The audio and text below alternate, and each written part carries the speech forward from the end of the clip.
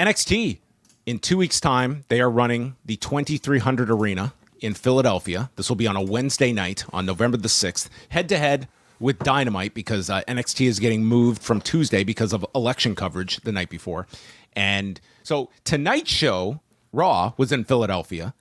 November 2nd, Collision is in Philadelphia.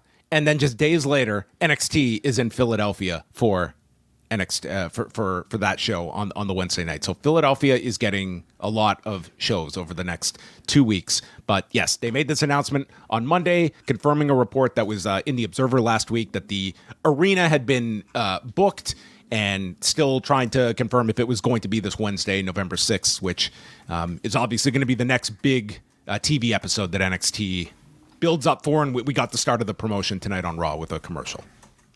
I think it's pretty exciting, now that I think they've seen some success with these first two editions of NXT on CW. I think they're going to be constantly looking for ways to add some sort of special theme, some special reason for you to tune into NXT on the CW as they continue to make their mark, and they continue to make that a destination program for a lot of WWE fans. And I think it's really smart. Really. I find it so interesting how NXT, even though it's a place that focuses on developing young talent, how much they make use of nostalgia, whether it be in the names of like former WCW events or, whatever, what have you. I don't know, just like having Sean even, as a constant presence, how much they use nostalgia to give attention to what is essentially a show to showcase your upcoming talent. But, doing a show like this, I think directly caters to the type of audience that NXT craves. It's not just maybe a younger audience, but it's an audience that are your diehards, the ones that, still feel the warm and fuzzy feelings about ECW.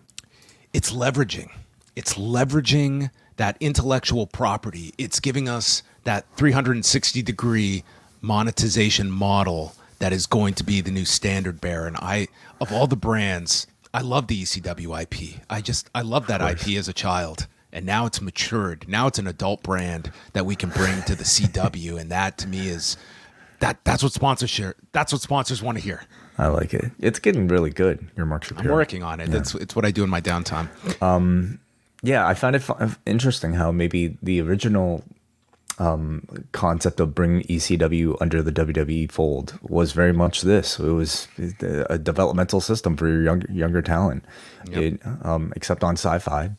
And now I think I'm assuming they'll do a much better job of integrating ECW nostalgia into the show. Do you find it interesting that as we talk about all these attendance woes for AEW and the arenas that they're booking, mm-hmm. that for NXT, I mean, they went to Chesterfield, Missouri, and they were in front of like 1,200 people. Yeah. Great atmosphere for that brand. And for this, like, they're going to have a similar sized audience for this. Like, you've been to the 2,300 Arena, and that's going to be a huge plus to the interest in this show. Now, you don't have typically a lot of these arenas that have that kind of history and nostalgia. But AEW could have run this.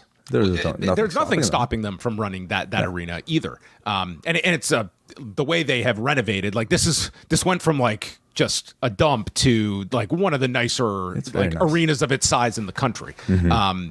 But I mean, this size venue is a huge positive for people. It's going to be a lot of people's reason to tune in for this. And I don't quite buy the idea of like these big arenas and the whole perception issue of necessarily like you run to what your audience demand is. And I don't think the idea of, 1,200 people, but they're all reacting. I think that's so much more beneficial. And like you can weigh the pros and cons, but this is a great move by NXT and it makes a lot of sense.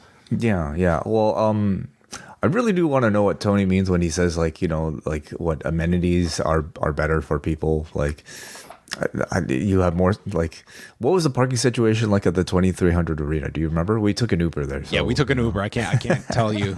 I think I did see a car accident right out in front of the building. So we avoided that. So I believe there's only one bathroom, and it's a very impressive bathroom simply for the fact that you get to see the ECW mural with all of those signatures and everything. So I mean that I think an audience will be okay with. Listen, whatever. We can kind of talk about like why why the real reason why Tony chooses to like book these giant venues time after time all we want. Maybe there's something more to it. Maybe it's as exactly that he stated, but it's